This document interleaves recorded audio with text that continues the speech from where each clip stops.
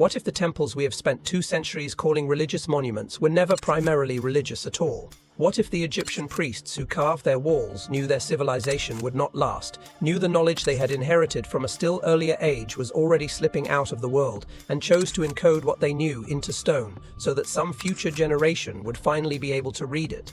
Could the warning have been waiting all along for us? If this mystery is pulling you in, please like and subscribe and turn on your notifications so you never miss an investigation. And tell us in the comments where you are watching from. We are reading every single one. This is a different kind of investigation from the ones we have done before. We have walked through stone chambers tuned to specific frequencies. We have stood in front of buildings that should not have been possible at the dates they were built. We have looked at machines that conducted electricity 2,000 years before electricity was supposed to exist. The Egyptian temples are something else again. They are bigger. They are better preserved. They are documented in their own surviving texts in a way that almost no other ancient site has been documented. And the texts that the temples themselves contain, when they are read carefully, are saying things that the standard Egyptological account has not yet fully absorbed. What you are about to hear is built from 3 layers of evidence. The first layer is the architecture of the major Ptolemaic-era temples that survive intact today. The Temple of Horus at Edfu, the Temple of Hathor at Dendera, the Temple of Hathor at Dendera, the Temple Complex at Abydos. The structures stand. Their walls are covered with hieroglyphic inscriptions that have been photographed, transliterated, and translated by professional Egyptologists working across the past 150 years. The texts exist. They can be read. The second layer is the explicit content of those texts.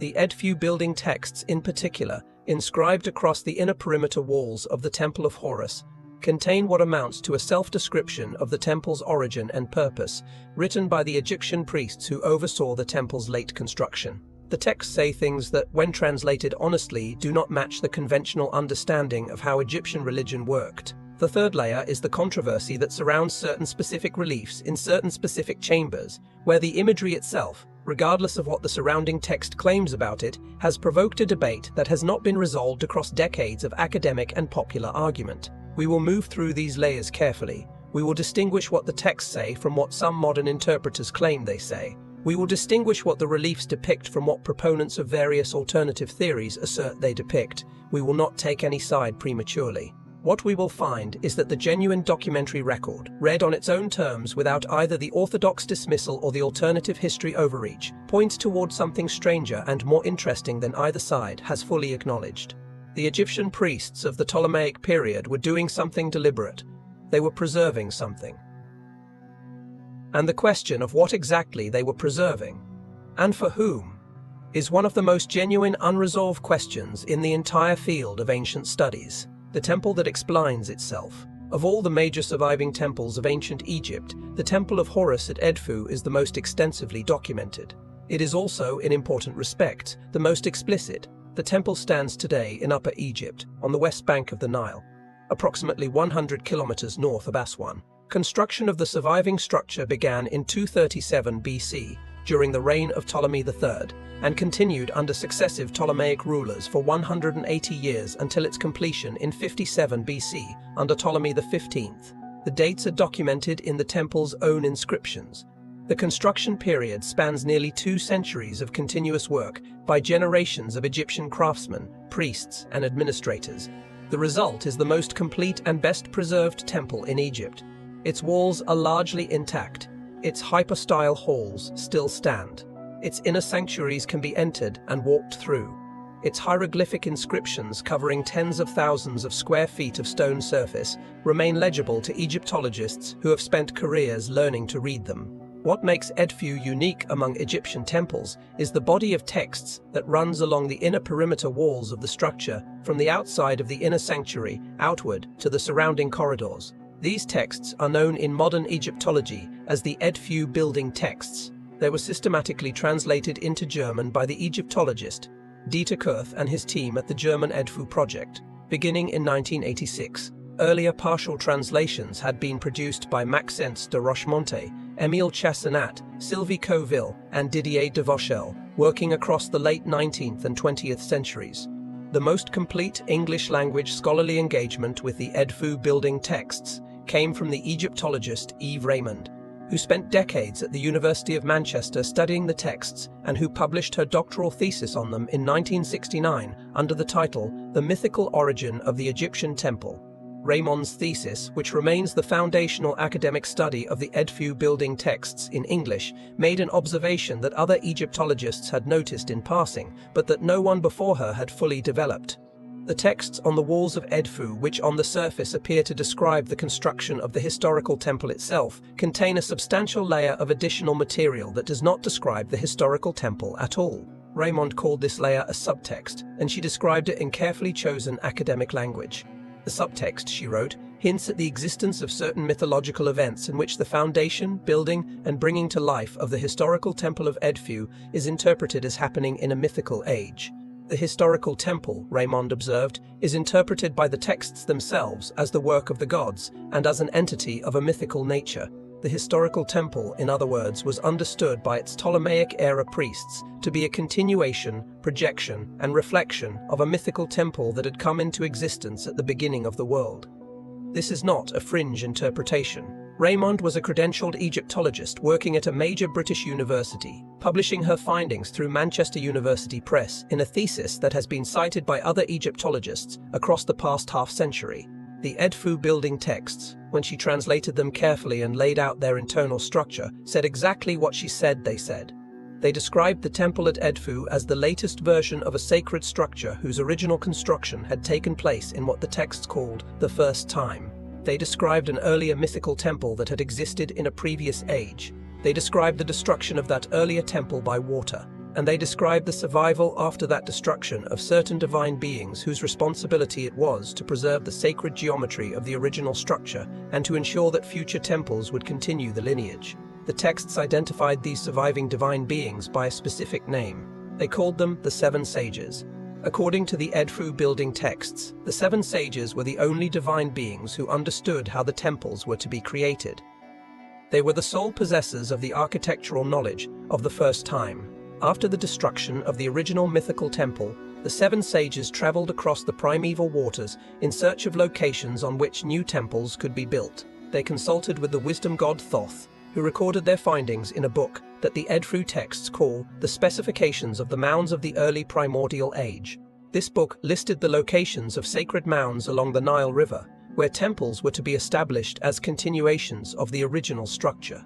The Seven Sages oversaw the planning and erecting of these new mythical temples. The historical temples of Egypt, including the Temple of Edfu itself, were understood by the Edfu priests to be the latest physical manifestations of this much older lineage.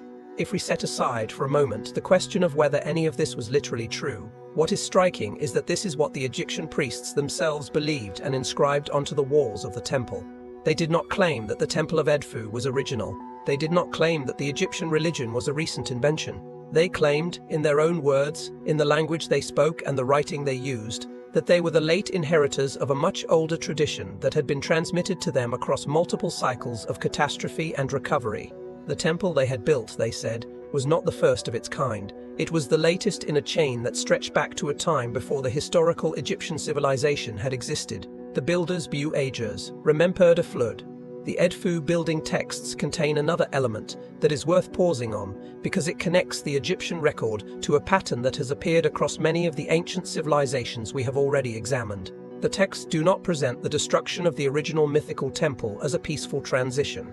They describe it as a catastrophic event. The texts speak of a celestial entity that they call the Great Leaping One, which the texts describe as a kind of cosmic snake that pierced the earth god and split the original divine domain. The texts describe primeval waters that rose and consumed the original homeland of the divine beings. The texts describe the survivors fleeing across those waters, carrying with them the knowledge of what had been lost. If you read this passage in Raymond's translation without any preconceptions, what you are reading is a flood account. It is not the flood account of Genesis, with which it shares some structural elements but no specific details. It is not the flood account of the Mesopotamian Atrahasis epic, with which it also shares structural elements but no specific details. It is its own thing, a distinctly Egyptian memory of a catastrophic event that destroyed an earlier homeland, drowned an earlier divine population, and forced a small group of survivors to carry the seeds of what they had known into a new world.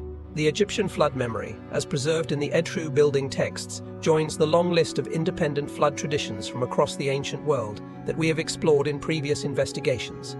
It is not derivative of any of the other traditions. It is a parallel record written in its own language by its own priests on its own walls, of an event that the Egyptian priesthood considered the foundational catastrophe of their inherited religion. The Egyptologist Eve Raymond herself was cautious about how she handled the comparative implications of this material. She did not claim that the Edfu account described an actual historical event. She did, however, document the strangeness of certain specific details. The Edfu texts mention what they call the sound eye, which Raymond admitted seemed mysterious in the context of the surrounding mythology. The sound eye, the texts suggest, was the name of the center of the light which illuminated the original homeland. After the catastrophe, the texts say, the sound eye fell. Raymond, in her academic prose, observed that this passage is obscure. She did not press it further, but the language of the original texts is striking. A central source of light, falling at the moment of catastrophe, carried in the surviving accounts as the memory of something that had been lost. The figure of Thoth, the wisdom god who recorded the specifications of the mounds, also deserves attention. In the standard Egyptian pantheon, Thoth is the patron of writing, mathematics, astronomy, and what the Egyptians considered the higher knowledge. According to the Edfu texts, Thoth's role in the post-catastrophe period was to preserve knowledge that the seven sages were attempting to carry forward. The texts present Thoth as a kind of librarian of the surviving wisdom. He recorded what the sages knew, he compiled it into texts. He oversaw the encoding of the architectural specifications of the original temple into forms that could be transmitted across generations. The standard Egyptological understanding of Thoth, as developed by scholars working in the late 19th and early 20th centuries, treated him primarily as a personification of the scribal profession. The Edfu texts, when they are read on their own terms, treat him as something more specific, a figure whose responsibility was to ensure that the knowledge of an earlier age was not entirely lost. What does this mean for the larger question of how we should read the Egyptian temples themselves? If the Edfu priests of the Ptolemaic period genuinely believed that their temple was a late inheritor of a much older tradition, and if they understood their inscribed wall texts as part of that tradition's preservation, then the temples themselves become something different from what they appeared to be on the surface. They are not, in this reading, simply religious monuments. They are also, and perhaps more fundamentally, deliberate transmissions of inherited knowledge from one generation of priests to the next, written in a code that the priests themselves understood and that they expected their successors to be able to read. The walls of Edfu, in this understanding, are a library. The hieroglyphs are not merely decorative. They are the medium through which a specific body of inherited knowledge was being kept alive across the centuries of Egyptian civilization. The repetition across the centuries. What makes the Edfu account particularly striking is that it is not an isolated case. The same essential framework of an earlier divine age destroyed by catastrophe and continued through inherited knowledge appears in other Egyptian texts and in other Egyptian temples. The Egyptian priest historian Manetho, writing in the 3rd century BC for a Greek-speaking audience, included in his History of Egypt a long account of the divine rulers who had governed the country before the first human pharaoh. According to Manetho, whose original work survives only in fragments quoted by later writers, Egypt had been ruled by gods for thousands of years before mortal kings ever wore the crown. The first divine ruler in Manetho's list was the god Ptah, who according to the surviving fragments ruled for 9,000 years. Subsequent divine rulers ruled for additional thousands of years. The total span of divine rule, in Manetho's account, was tens of thousands of years before the first historical dynasty. A similar framework appears in the Taran Royal Canon, a fragmentary papyrus document dating to the 13th century BC. The canon, which records the names and reigns of Egyptian rulers, begins not with the first historical pharaoh, but with a long list of divine rulers who preceded him. The papyrus is damaged in many places. The exact figures it gives for the reigns of the divine kings are not always legible, but the structure is consistent with Manetho's account. The canon presents divine rule as historical fact, occupying a long period of time before the human dynasties began. The scribe who compiled the Turin canon in the late Bronze Age, writing for an Egyptian royal audience, did not treat the divine rulers as metaphor or as religious storytelling. He treated them as part of a continuous chronological record. He listed them alongside the historical pharaohs. He gave them dates. The pattern continues at other temple sites. At the Temple of Khnum at Esna, Inscriptions from the Roman period describe the creation of the cosmos by the god Kumum on his potter's wheel, in language that closely parallels the creation accounts at Edfu. At the temple complex at Abydos, dedicated to the god Osiris, the famous Abydos king list inscribed on the wall of the Temple of Seti I lists the historical pharaohs of Egypt going back to the unification of the country under Menes around 3000 BC. But the same temple's other inscriptions describe an earlier mythical age in which Osiris ruled directly over the land. At the Temple of Isis at Philae, completed under Roman rule in the 1st century AD, inscriptions describe the goddess Isis as the inheritor of knowledge that had been passed down from the earlier divine age, a phrasing that mirrors the Edfu building text's description of the 7 sages and the inherited specifications. Across these multiple temple sites, separated by hundreds of kilometers and built across centuries of construction time, the same essential claim appears. The priests of the surviving temples were the inheritors of a tradition that began in a previous age. They were not the originators of the religion, they were its custodians. The temples they were building were not new, they were continuations. And the catastrophic break that separated the original divine age from the historical Egyptian civilization was an event the priests remembered, recorded, and made central to the architecture of their sacred sites. This pattern of inherited tradition has implications for how we should read the Egyptian temples themselves. They were not built, in the priestly understanding, as expressions of contemporary religious imagination. They were built as continuations of an architectural and theological lineage that the builders considered far older than themselves. The geometric proportions of the temples, the orientations of their inner sanctuaries, the placement of their hieroglyphic texts, all of these were understood by the builders to reflect specifications that had been transmitted through the 7 sages and through Thoth across the long arc of post-catastrophe Egyptian history. The builders did not consider themselves free to innovate, they considered themselves bound to preserve. And they preserved with the discipline of priests who believed that the knowledge they were keeping alive was older and more important than they were. The temple that tracked the Sun. If the priests were preserving knowledge in the architecture of the temples themselves, the most spectacular surviving example is the Temple of Amun-Ra at Karnak. The complex at Karnak, located across the Nile from modern Luxor, is the largest religious building ever constructed by any civilization in human history. The hypostyle hall alone covers an area of approximately 5,000 square meters, supported by 134 massive stone columns, the central 12 of which rise more than 20 meters in height. The complex was built and rebuilt continuously across more than 2,000 years of Egyptian history, from the Middle Kingdom in the 20th century BC through the Ptolemaic period in the 1st century BC. Successive pharaohs added their own additions to the existing structure, with the result that the surviving complex is a stratified record of Egyptian architecture across most of the country's documented history. The central axis of the Karnak temple is oriented to the rising sun on the morning of the winter solstice. This alignment is not approximate, it is precise to within a small fraction of a degree. On the morning of the winter solstice each year, the sunrise sends a beam of light directly down the central axis of the temple, illuminating the inner sanctuary at the back of the structure. The same alignment, in reverse, is achieved at the summer solstice by the rising sun in the opposite direction. The temple, in other words, is a calibrated solar instrument designed to capture the 2 extreme points of the sun's annual journey across the sky. The precision of the Karnak alignment requires astronomical observation that the conventional dating of the temple does not fully account for. To set the orientation of a structure as large as Karnak, with the precision the temple exhibits, the original surveyors had to have observed the rising sun across multiple solstices, recorded its position, calculated the necessary angle, and laid out the foundations accordingly. This is not a casual undertaking. It requires a professional astronomical practice with the patience to record observations over many years. The early phases of Karnak construction date to the 12th dynasty, around 2000 BC. The astronomical observation that produced the alignment must therefore have been already mature at that date. Whether that maturity was the product of an Egyptian observation tradition stretching back to the early dynasties, or of an inherited tradition that predated the dynasties altogether, is a question the conventional account leaves open. The same kind of precision appears at Abu Simbel, the rock-cut temple complex carved by Ramses II in the 13th century BC.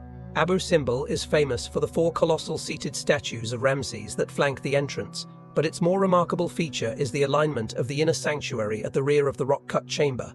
The sanctuary contains 4 seated figures, 3 of them representing gods, the 4th representing Ramses II himself in deified form. twice each year, on February 22nd and October 22nd, the rising sun penetrates the 60-meter deep entrance corridor and illuminates the inner sanctuary for approximately 20 minutes. The illumination is not random, it is selective. 3 of the 4 statues are illuminated by the sunlight. The 4th, the statue of the god Ptah, remains in deliberate shadow. The deliberate shadowing of the Ptah statue is the feature that demonstrates the precision of the design. Ptah in Egyptian theology was associated with darkness and with the underworld. The architects who designed Abu Simbel oriented the entire structure with sufficient precision that, on exactly the right 2 days each year, the rising sun would illuminate the statues of Ramses, Re-Horukhti, and Amon-Ra, while leaving the statue of Ptah untouched in deliberate darkness. This is a level of architectural precision that no other Bronze Age culture in the world is known to have achieved. The temple has been functioning as designed, capturing the appointed sunrise on the appointed days, for more than 3,000 years. When the Aswan High Dam was built in the 1960s and threatened to flood the site, an international team supervised by UNESCO disassembled the entire temple complex and reconstructed it 60 meters higher up the cliff face. The reconstruction was performed with sufficient care that the original solar alignment was preserved. The temple still illuminates on February 22nd and October 22nd and October 22nd, even at its new location. The dates of the original illumination are believed to correspond to the king's birthday and coronation day, although the precise historical correlation is debated. What is not debated is the engineering. The Egyptians achieved it. They knew when they cut the foundations of Abu Simbel into the living rock of the cliff face above the Nile, exactly where the sun would rise on those 2 specific days. They knew which statues would be illuminated and which would remain in shadow. They built the entire temple to capture that single recurring 20-minute moment, and they built it in stone designed to last for thousands of years. What this means for our investigation is that the Egyptian temple system was not only a system of inscribed wall texts and decorated reliefs, it was also a system of mechanical alignment. The structures themselves were the documents. The orientations to the sun and the stars were the timestamps.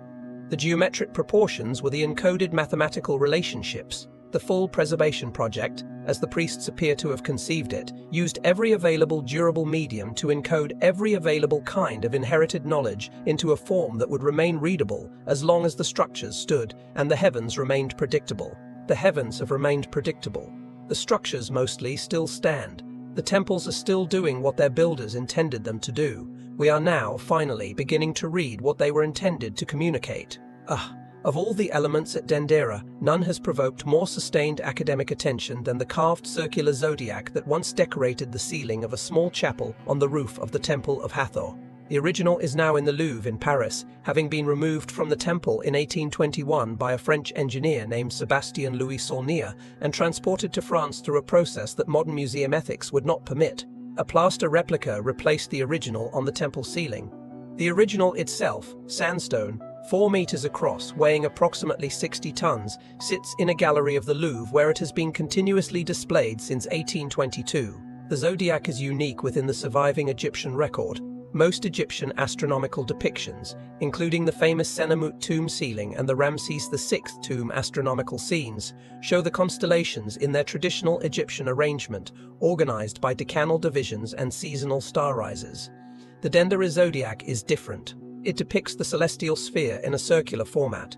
It includes the 12 constellations of the Greek zodiac alongside the traditional Egyptian decans, and it is precise enough that modern astronomers have been able to analyze the specific configuration of stars and planets it shows, and to estimate the date of the celestial event it depicts. The work was done initially by Eric Orborg in 1995, building on the analyses of earlier researchers including Otto Neugebauer. Orberg's astronomical computer modeling concluded that the planetary positions shown on the Dendera zodiac correspond to a specific configuration that occurred between June 15th and August 15th in the year 50 BC. This dating is consistent with the documented construction history of the temple, which was built under late Ptolemaic rule. The Egyptologist Sylvie Coville confirmed the dating in her own subsequent analysis. The zodiac, in mainstream Egyptological consensus, is a late Ptolemaic celestial map of a specific moment, executed by Egyptian priests who had absorbed Greek zodiacal traditions through several centuries of cultural exchange. This is the conventional reading.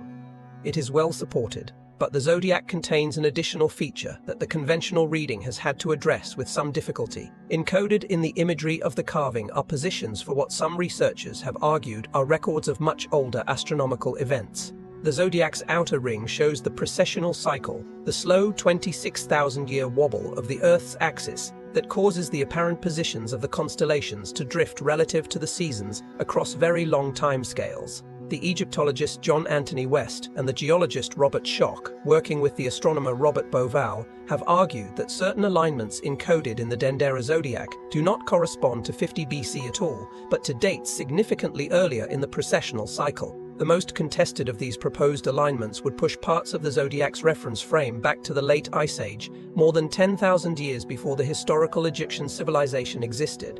The mainstream response to this proposed early dating has been firm rejection. The zodiac, mainstream scholarship maintains, is dated by its archaeological context to the 1st century BC. Any apparent older alignments are coincidental products of how the precessional cycle works mathematically, not deliberate references to a more distant past. The zodiac is what it appears to be, a late Ptolemaic celestial map, nothing more.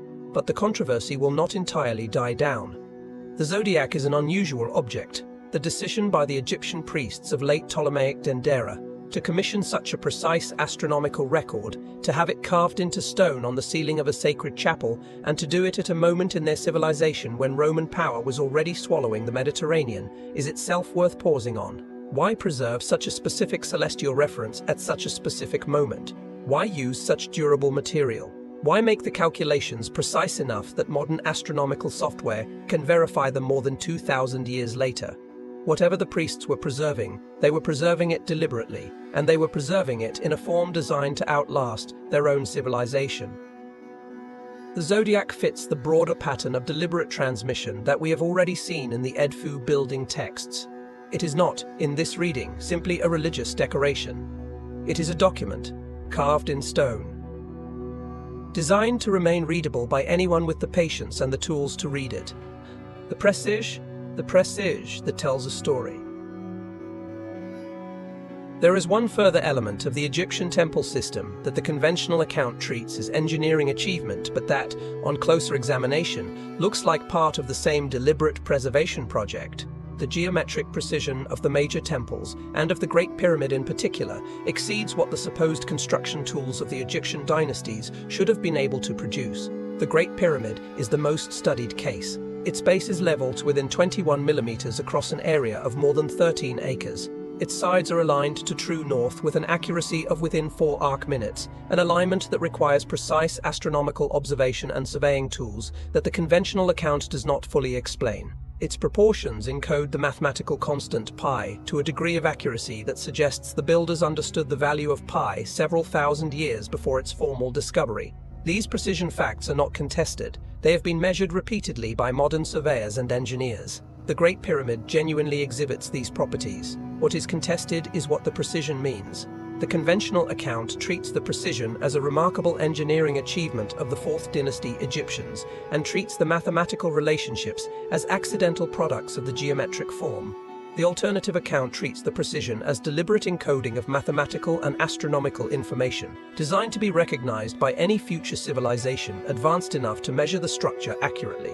The case for the deliberate encoding reading rests on several specific findings. The pyramid's proportions, when calculated as the ratio of its perimeter to its height, approximate pi to within a small fraction of a percent. The pyramid's height, when multiplied by 10 to the 9th power, approximates the average distance from the Earth to the Sun. The pyramid's base coordinates, when expressed as decimal degrees, sit very close to the latitude where the speed of light, expressed in meters per second, has the same numerical value. Each of these correspondences has been challenged on the grounds that they could be produced by chance or by selecting the right reference points after the fact. Each has been defended on the grounds that the convergence of multiple such correspondences in the same single structure is statistically unlikely to be coincidental. The mainstream Egyptological position is that the correspondences are coincidental. The structure was built as a tomb. The proportions were chosen for aesthetic and structural reasons.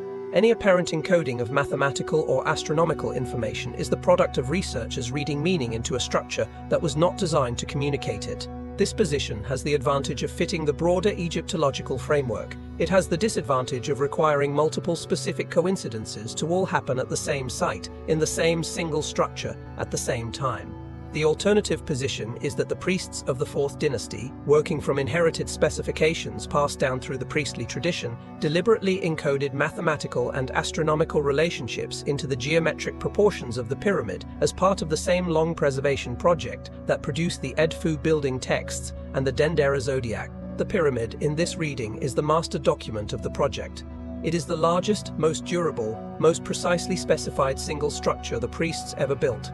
It is also the one that has survived in the best condition. The Egyptian priests, anticipating the eventual loss of their civilization, may have deliberately built the pyramid to encode the most important elements of what they knew in a form that would remain accessible to any future civilization equipped to measure it. If this reading is correct, then the entire Egyptian temple system, from the Great Pyramid in the early Old Kingdom through the late Ptolemaic temples like Dendera and Edfu, becomes a single coherent project. Different scales, different specific media, different particular contents, but one underlying purpose: the deliberate preservation of inherited knowledge across the long arc of expected civilizational catastrophe. The carved warning the priests were leaving was not a single text or a single relief. It was the entire architectural and inscriptional record of an entire civilization, organized for transmission across an unknown future. There is one further dimension of this preservation project that the conventional Egyptological account treats as administrative routine, but that, examined carefully, looks like part of the same deliberate effort. The major surviving temples of the Ptolemaic period, including Edfu, Dendera, and Philae, were not built by spontaneous priestly initiative. They were built by careful institutional planning that extended across multiple generations of Ptolemaic rulers. The Temple of Edfu alone took 180 years to complete. The Temple of Dendera took approximately 200 years across multiple Ptolemaic and Roman administrations. The Temple of Philae was begun under Ptolemy II in the 3rd century BC and was still receiving inscriptions during the reign of the Roman Emperor Tiberius in the 1st century AD. These were not single-generation projects. They were institutional projects, extending across the lifetimes of dozens of priests, supported by successive royal administrations, executed with sustained attention to detail across centuries of changing political circumstances. What the duration tells us is that the priestly class that oversaw the construction was extraordinarily disciplined. Generation after generation of priests trained their successors. They preserved the architectural specifications. They maintained the libraries of inscriptions that needed to be carved. They supervised the slow, careful work of transferring inherited knowledge into stone. The institutional continuity required to execute a 180-year construction project, with the original specifications still being followed at the end, as faithfully as they had been at the beginning, is the kind of continuity that a religious institution achieves only when its members consider their work to be sacred trust. The priests of Edfu, in this sense, were not workers. They were custodians. They believed they were preserving something older and more important than themselves, and they organized their professional lives around that belief. The Ptolemaic period in particular is worth pausing on, because it is the period in which most of the surviving major temples received their final inscriptions. The Ptolemies were a Greek-speaking dynasty, descendants of one of Alexander the Great's generals, who had assumed control of Egypt after Alexander's death in 323 BC. They ruled the country until the Roman conquest in 30 BC. Throughout their 3 centuries of rule, the Ptolemies funded and supported the continued construction and inscription of the traditional Egyptian temples. They were not Egyptian themselves. They were not adherents of the Egyptian religion in any deep personal sense, but they understood the political importance of the Egyptian priestly class, and they invested heavily in the maintenance of the temple system that the priests considered essential. The decision by the Egyptian priests of the Ptolemaic period to use this support to inscribe the building texts at Edfu, to commission the Dendera zodiac, and to complete the inscriptions at multiple other surviving temples is, in retrospect, a remarkable historical moment. The priests knew that their civilization had been politically conquered. They knew that Greek and Roman cultural influence was reshaping the Egyptian-speaking world around them. They knew that the time available to preserve what they considered the core of their inherited tradition was running out, and they used the foreign funding their conquerors provided to carve the most extensive corpus of religious texts the Egyptian civilization had ever produced into the walls of their major surviving temples. The Ptolemaic temple inscriptions are, in volume, larger than the entire combined inscriptional record of the preceding 3,000 years of Egyptian dynastic history. The priests, working under foreign rule in the late phase of their civilization, with declining time and declining institutional resources, deliberately created the largest archive of their inherited knowledge that any Egyptian generation had ever attempted. This is what makes the Ptolemaic temple inscriptions so important to the broader investigation. They are the priestly record at its most self-conscious. They are the texts the priests themselves chose to preserve when they understood that they would not have many more chances to preserve anything. They are, in that sense, the priestly final statement, and the content of that statement, when read carefully, is exactly what the Edfu building texts present it as being. An assertion that the temple system is the inheritance of a tradition older than the Egyptian civilization itself, that the catastrophe which ended the original divine age is remembered, that the surviving knowledge has been transmitted through the priestly institution across the long arc of historical Egyptian time, and that the work of preservation must continue until the work is no longer possible to continue. The priests carved this statement into the walls of their temples in the final centuries of their civilization. They knew what they were doing. They were leaving the message for whoever, in some unknown future, would still be able to read it. The inscription practice itself deserves a moment of attention, because the technical methods the Ptolemaic priests used to carve their walls were as deliberate as the content they carved.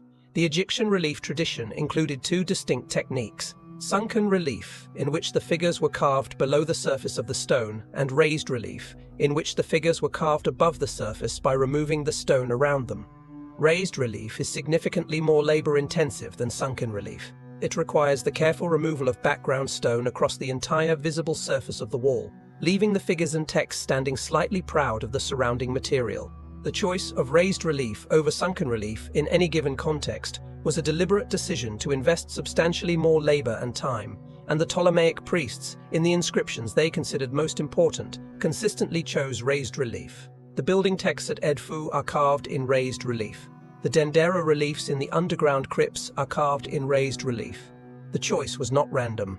It was a signal embedded in the technical method that what was being inscribed at the highest level of permanent commitment available to the priests. Whatever they were preserving it in the form most resistant to weathering, most readable across the longest possible time horizon, most expensive in terms of labor, and most durable in terms of survival. The technical choice was, in itself, a statement of intent. The priests were not merely communicating with their contemporaries. They were committing their inscriptions to a permanence designed for an audience that did not yet exist. The light that is not a light. We come now to one of the most contested elements in the entire body of Egyptian temple imagery. In the underground crypts beneath the Temple of Hathor at Dendera, on the walls of subterranean chambers that the temple's priests considered sacred enough to seal away from public view, there are reliefs that have provoked a debate among researchers, alternative historians, and Egyptologists for more than a century. The reliefs depict an elongated oval form, narrow at one end and rounded at the other, supported by a stand or pillar. Inside the oval form, a serpent rises from a flower, its body extending the length of the enclosed space. Various human and divine figures stand around the form, some of them holding it, some of them appearing to interact with it, some of them positioned beneath it in postures of support or worship. The image has been photographed thousands of times. It has appeared in popular books, on documentary television, and across the entire spectrum of online content about ancient Egypt. It has a name, which is itself a matter of some debate. To many viewers, it is called the Dendera Light. To Egyptologists, it is called the Harsamtus relief, after the deity the surrounding hieroglyphic texts identify as the figure depicted. The case for the conventional interpretation is straightforward. The hieroglyphic texts inscribed alongside the reliefs explicitly identify the imagery. The German Egyptologist Dieter Kurth and his successor Wolfgang Whitus have produced detailed translations of the surrounding inscriptions. According to those translations, the relief depicts the god Harsamtus, also known as Horus the Unifier of the Two Lands, in his manifestation as a sacred serpent emerging from a lotus flower. The oval form, called the HN container in Egyptian, represents either the womb of the goddess Nut or the bubble-shaped enclosure of the Meskhetian night barge, depending on which specific relief is being read. The lotus is the flower from which Egyptian creation mythology held the original sun god to have emerged at the dawn of the world. The serpent is one of Harsamtus's standard iconographic forms. The supporting pillar is the Jed pillar, a symbol associated with the god Osiris and with the concept of stability. Every element in the image, according to the conventional reading, has a specific theological meaning grounded in established Egyptian creation mythology. Waite-Koos's translations of the surrounding texts make this interpretation explicit. One inscription, translated from the German Edfu Project's published work, reads, "Words spoken by Harsamtus, the great god, who dwells in Dendera, who rises out of the lotus flower as a living bar, whose perfection the Kematu images of his car are raising, whose Seshemu image is raised by the crew of the Manjet Day barge, whose body is carried by the Jed pillar." Another inscription describes the imagery as part of the sunrise mythology, with Harsamtus emerges at the dawn. According to the conventional reading, the entire scene is a religious depiction of the daily rebirth of the sun god, preserved underground in the crypts because the crypts were considered analogous to the Duat, the Egyptian underworld through which the sun god passed each night. This is the academic consensus. It is supported by the surrounding texts, by the broader pattern of Egyptian mythological imagery, and by the absence of any direct archaeological evidence for actual electrical lightical dating technology in ancient Egypt. The British Museum, the Egyptian Ministry of Antiquities, and the major academic Egyptology departments of the major universities all support this reading. There is no documented physical artifact of an Egyptian electrical lighting device. There are no surviving texts that describe the use of electricity for illumination. There are no preserved circuit diagrams, no fragments of filament-bearing apparatus, no Egyptian glass tubes that could have served as bulb enclosures. The case for the conventional reading is, on the academic record, well supported. And yet the alternative reading has not gone away. The reliefs, despite the surrounding texts and the absence of corroborating physical artifacts, look strikingly like electrical lamps. The proponents of the alternative reading, beginning with the writers Peter Krasser and Reinhard Habeck in the 1990s, and continuing through a wide range of subsequent commentators, have argued that the visual resemblance is too specific to be coincidental. The elongated bulb shape with the wavy filament inside it, the cable-like attachment running from the base of the bulb to a separate object, the small figures holding and operating the device, the supporting structure beneath the bulb that resembles, on its face, a high-voltage insulator. The proponents have noted that the underground crypts where the reliefs are found, despite being far below ground level and accessible only through narrow passages, contain no soot residue on the ceilings. Soot residue would be expected if the chambers had been illuminated by oil lamps or torches during the construction and decoration of the reliefs. The absence of soot, the proponents argue, is consistent with the use of some other illumination method that did not produce smoke. The skeptical response to the alternative reading is also strong. The absence of soot in the crypts has been variously explained as a result of the chambers having been quickly sealed and rarely entered, of mirrors having been used to redirect sunlight from the surface, of oil lamps using particularly clean-burning fuels, or simply of the original soot having been cleaned over the centuries. The visual resemblance of the relief to an electric bulb has been attributed to the natural convergence of how a snake in a flower image might be drawn, given the geometric constraints of Egyptian relief carving. The supposed cable has been identified in the surrounding texts as the hieroglyphic depiction of the sky goddess Nut's protective force. The supposed insulator has been identified as the Jed pillar, a well-attested Egyptian symbol with no known electrical association. Where does this leave us? Honestly, the case for the conventional reading is stronger than the case for the alternative reading. The texts say what they say, the mythology fits, the absence of corroborating artifacts is significant, but the alternative reading has not been definitively refuted, and the visual resemblance of the relief to a lighting device remains one of the most discussed features in the entire popular literature on ancient Egypt for a reason. The images are unusual. They are unique to Dendera, with no clear parallel at any other Egyptian site. The level of priestly attention they received, including the decision to place them in deliberately concealed crypts rather than in the public-facing portions of the temple, suggests that the imagery had a specific significance that justified its careful preservation. Whatever the figures represent, the priests who oversaw their carving did not think they were ordinary religious imagery. They thought they were special enough to be hidden underground. A more measured way to read the controversy is this. The Dendera reliefs, regardless of whether they depict actual electrical technology, are unusual within the broader corpus of Egyptian religious imagery. They are sufficiently unusual that even the conventional Egyptological reading has had to develop an extended technical vocabulary to explain them.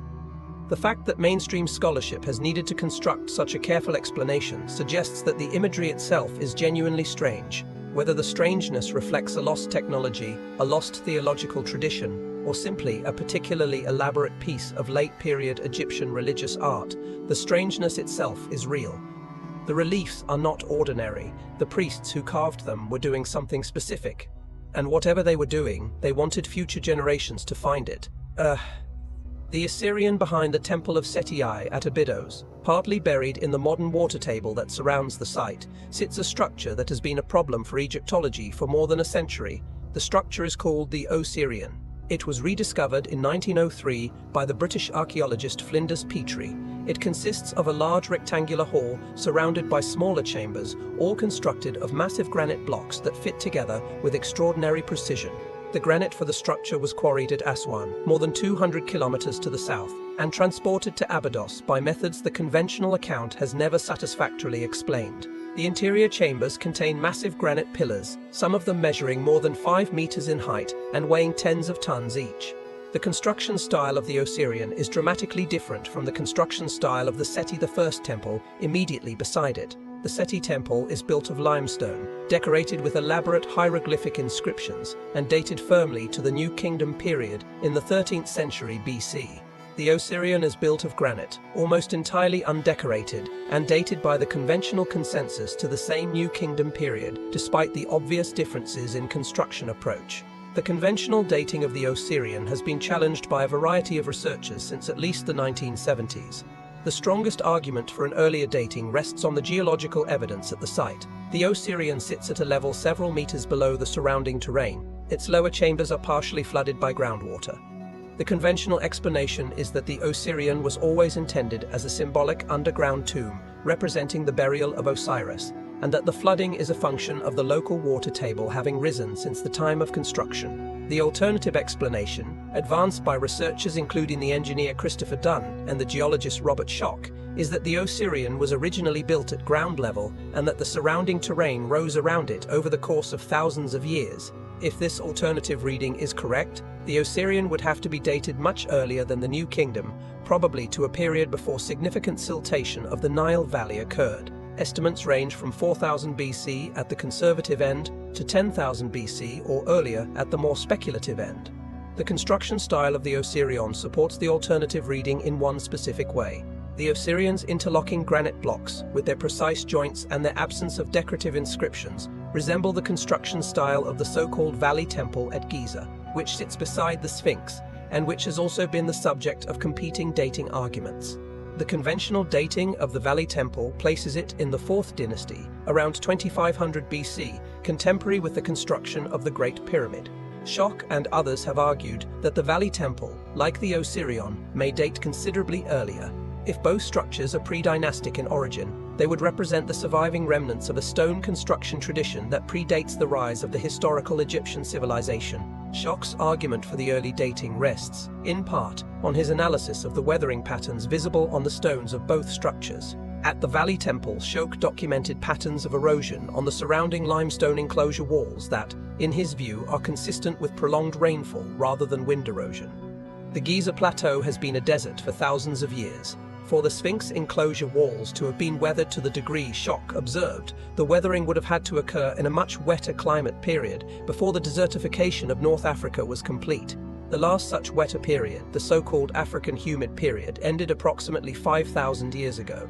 Significant rainfall erosion would therefore date construction to before that period, not after it. Schoch's argument has been sharply contested by mainstream Egyptologists, who maintain that the weathering patterns can be explained by other mechanisms including subsurface water seepage and condensation.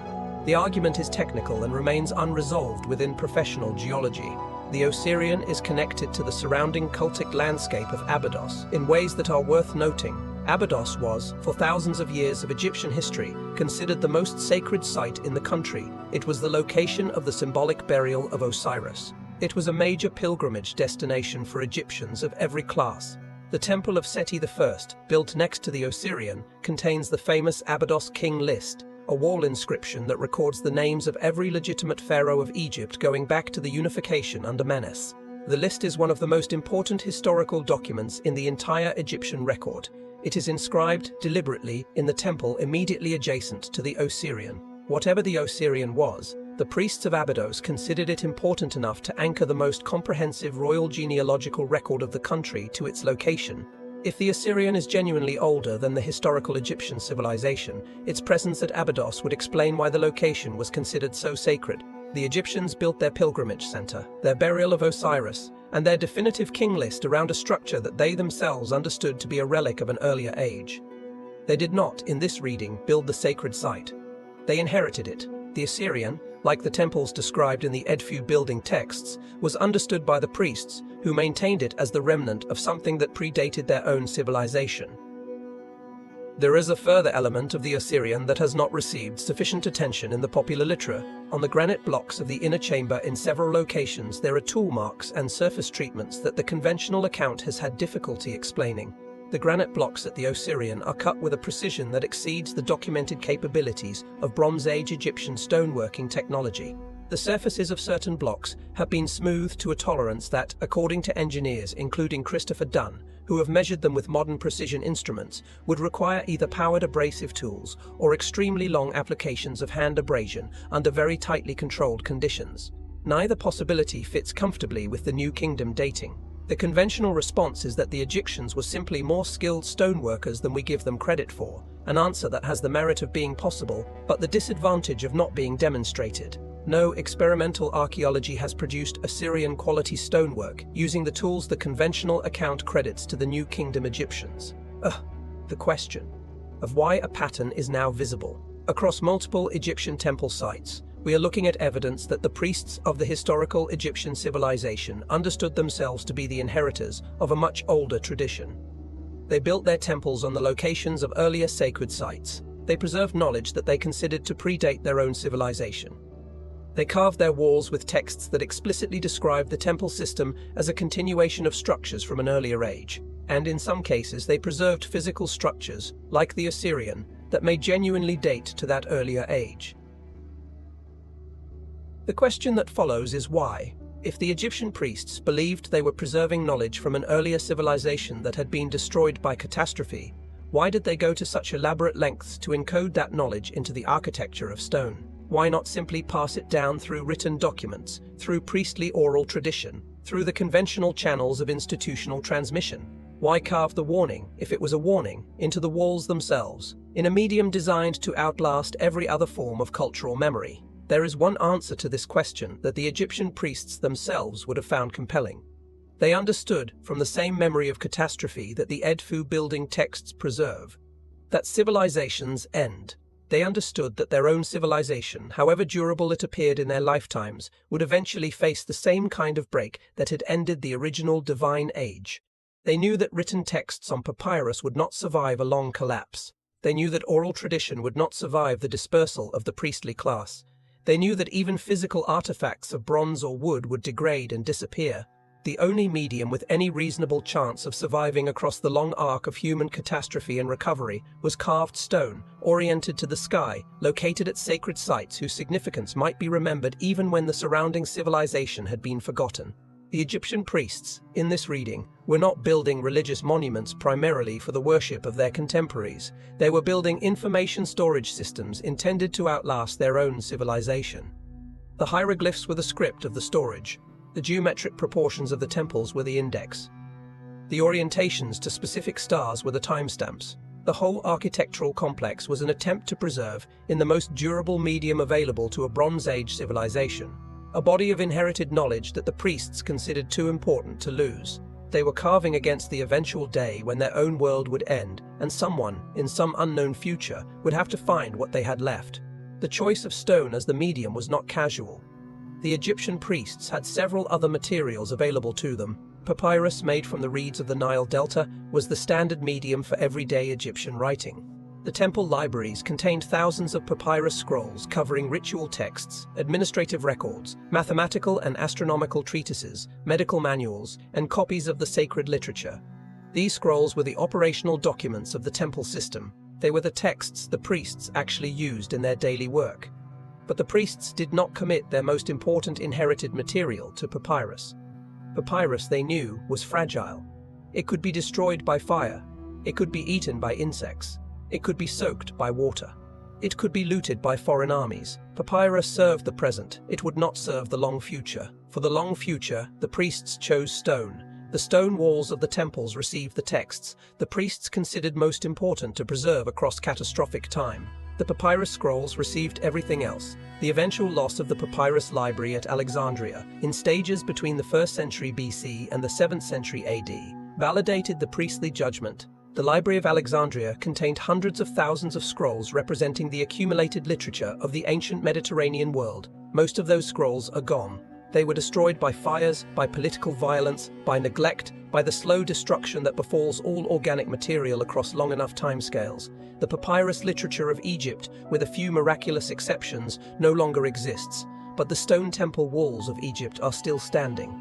The hieroglyphs carved into them are still readable. The building texts at Edfu, the zodiac at Dendera, the inscriptions at Karnak and Abydos and Philae are all still there. The priest's choice of medium has been vindicated, in retrospect, by exactly the kind of long civilizational disruption they appear to have anticipated. This is, by any reasonable account, a strange thing to imagine an ancient priesthood doing. It contradicts the standard narrative of how ancient religions worked. It also, however, fits the actual evidence in a way that the standard narrative does not. The Edfu building texts say what they say.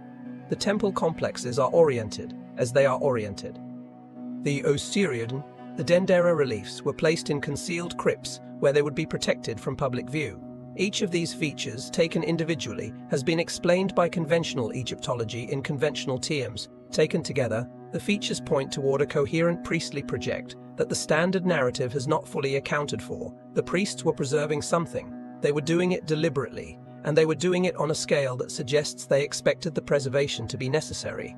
The observational record in stone. There is one further dimension of the temple system that the conventional Egyptological account treats as decorative or symbolic, but that, on closer examination, looks like something more deliberate. The major Egyptian temples are aligned with extraordinary precision to specific astronomical bodies. The Great Pyramid is aligned to true north with an accuracy of within a small fraction of a degree, achieved without modern surveying instruments. The Temple of Karnak at Luxor is aligned to the rising sun on the winter solstice. The Temple of Abu Simbel, carved by Ramses II in the 13th century BC, is aligned so precisely that twice each year, on February 22nd and October 22nd, the rising sun illuminates the inner sanctuary of the temple, lighting up specific statues at the back of the chamber while leaving others in deliberate shadow.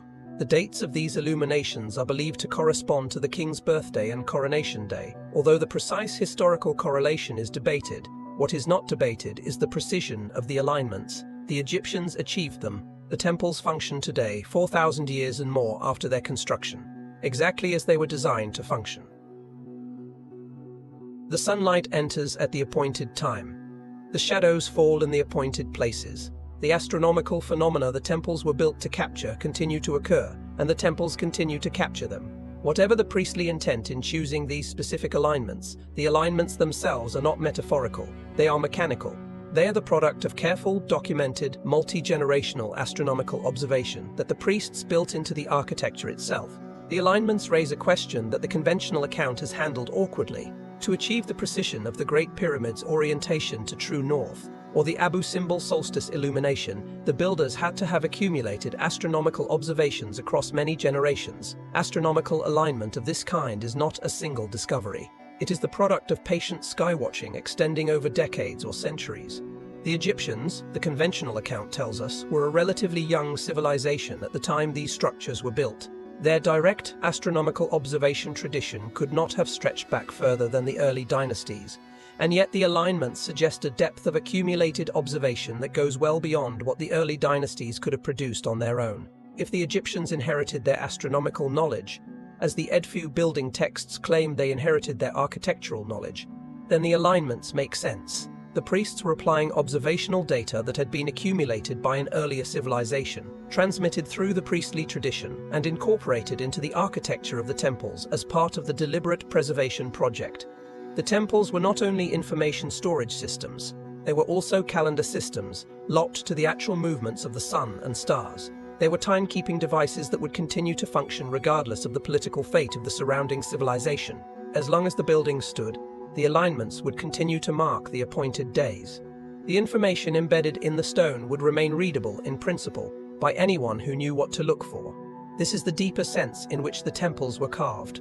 Warnings. Not warnings about a specific event that the priests expected to occur on a specific future date. Warnings about the nature of civilization itself. The priests had inherited the memory of an earlier civilization that had been destroyed. They expected, on the basis of that memory, that their own civilization would eventually be destroyed in turn.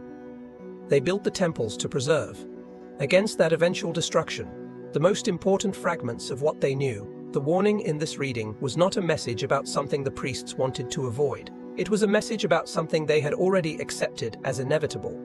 They built the temples not to prevent catastrophe, but to ensure that knowledge would survive it. There is something deeply unsettling on examination about what the Egyptian priests appear to have done. They lived in one of the most stable civilizations the world has ever known. The Egyptian state lasted in various forms for more than 3,000 years.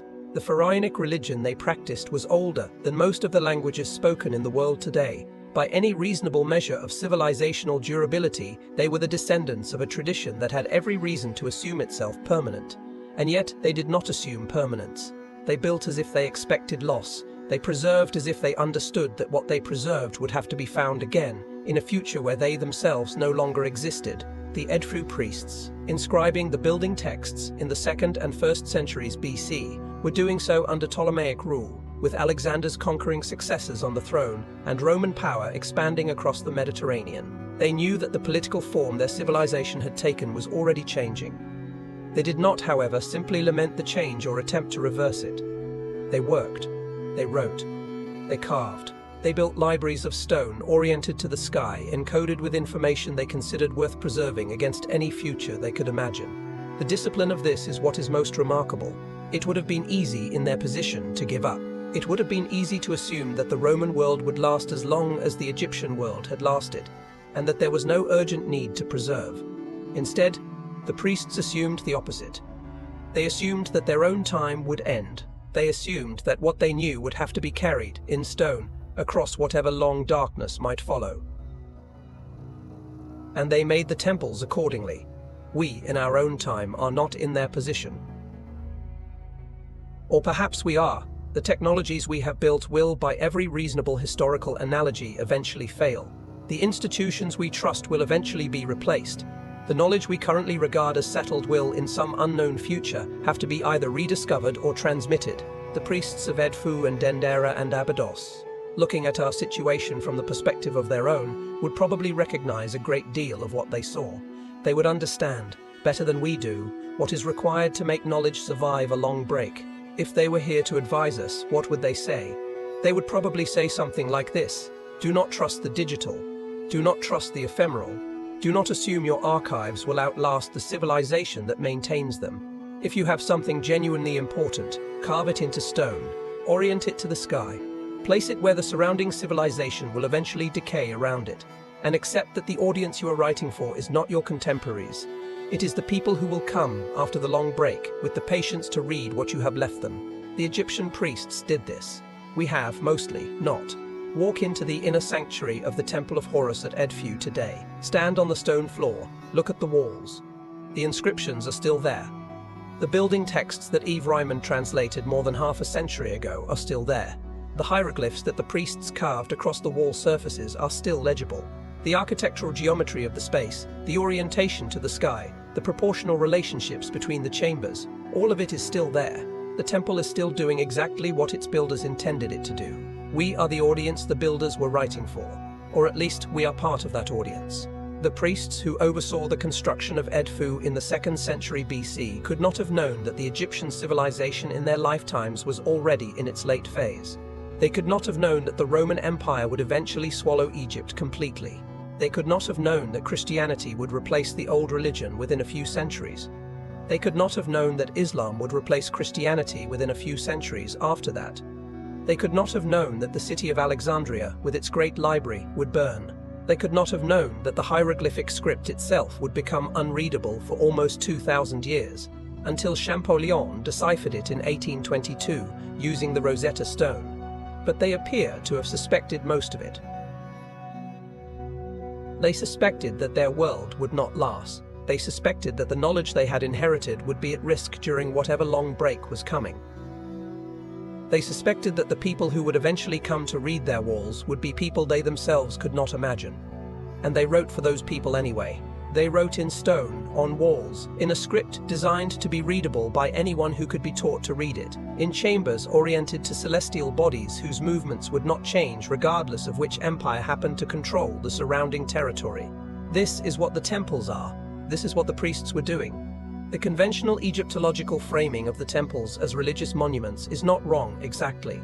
The temples were religious monuments. They were the places where the public-facing rituals of the Egyptian state religion were conducted, but the religious framing captures only the surface of what the priests were actually building. Underneath the religious surface, in the architectural geometry and the inscribed texts and the concealed crypts, the priests were building something else.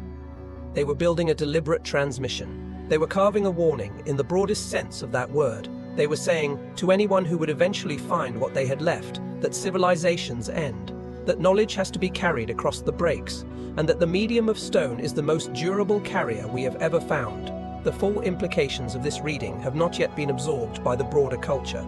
We tend, when we visit the surviving temples of Egypt today, to treat them as picturesque monuments of a vanished civilization. We photograph them. We marvel at the workmanship. We listen to the tour guides explain the standard mythological narratives. We rarely consider that the priests who built the temples were addressing us specifically, or at least the future generation we represent, with content the tour guides do not always emphasize.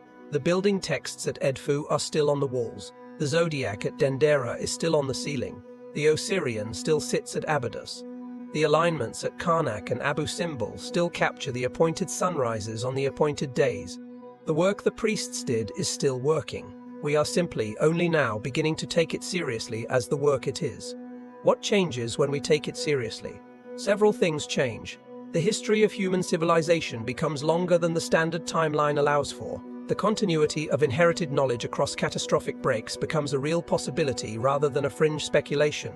The decision-making behavior of ancient priestly classes becomes more sophisticated than the conventional account credits them with. And the question of what we in our own time are leaving for any future generation that might have to read us across a similar break becomes a question worth asking with new seriousness. Perhaps you are watching this video right now in a building that will not last 50 years. Perhaps the digital files of every show you have ever watched are stored on servers that will not survive the next major civilizational disruption. Perhaps the institutional memory that protects the texts and ideas you consider permanent is more fragile than you have been encouraged to believe. The Egyptian priests, looking at this situation from across the centuries, would not have been surprised. They would have recognized our predicament. They would have understood, with the patience of people who had inherited their own civilization across a long break, that the question of what survives is never the question of what was built. It is always the question of what was preserved deliberately, in materials chosen for their durability, by someone who cared enough to make the effort. The priests of Edfu and Dendera and Abydos cared. They made the effort. The temples are still standing. The texts are still readable. The warning, whatever exactly it is still on the walls. We are now, finally, beginning to understand that we are the ones the priests were addressing. Whatever they wanted us to take from what they left behind, we are the generation that gets to find out. The work is just beginning. The building texts at Edfu have been only partially translated into English. The full Dendera inscriptions are still being studied by the German Edfu project and other institutional programs. The astronomical alignments at Karnak and Abu Simbel are being measured with increasing precision as new survey technology becomes available. Every year, more of what the priests preserved becomes legible to the modern world. We are, in a real sense, only at the early stage of the recovery. The priests anticipated a long arc of forgetting. The forgetting did happen.